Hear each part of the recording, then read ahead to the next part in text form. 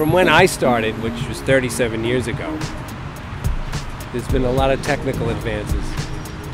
And one of the really good ones, something that makes you feel good, is the pre-rehearsal, pre-test, now it's called a previs, of some challenging stunt that we have to do. We had ideas, we had concepts to do it, and it was from Oh Brother, Where Art Thou? And it was the scene where our three convicts, still chained together, are running to get on a boxcar, and George Clooney is able to climb up into the boxcar, and then Tim Blake Nelson is right behind him, and you see him, and he crawls up into the car, and then John Turturro catches up, last man on the chain gang, and he's looking to get in, and there's no space, and he falls. And obviously they're all chained together, so therefore they zipper their way out, and it was quite hilarious. So there was a green screen behind, and we rented a enormous treadmill.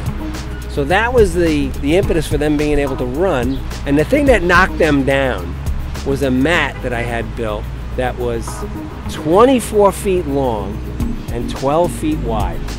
And it would ride on the treadmill. The time came to knock John Turturro down. We ran this enormous mat on that treadmill, and he couldn't help but get knocked over.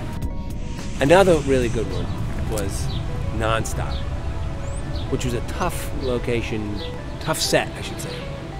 And it was the part where the plane breaks over and it practically crash lands, and the side opens up, and our little girl gets yanked out of the plane, and Liam just gets a hold of her hand as she's about to fly out and hit the tarmac and get crunched and all, and he's holding her. And we brought a stunt girl in, not as short as she was, but she fit in the same harness. And we started with it, and we found that, wow, this is great. We had wind, and we did it big. And then we did it small. We gave them a range of what to look at. And then we also, not only did we use Gwen, but we also used Becca, the actress, who was probably 13, 12. And we actually put her out there several times in our previs. And we didn't put her quite as high. And presented all of this to our producers, directors. And on the day when we shot it, we shot numerous versions. But it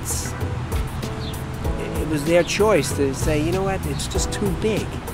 You know, there was some of those ones we did where she was really out there, and the wind was so intense and so on, and it was just too scary. So we used one of the ones that they did where she wasn't quite out there as far, and wasn't out there quite as long, and it wasn't as intense, which it was best for the story to go that route.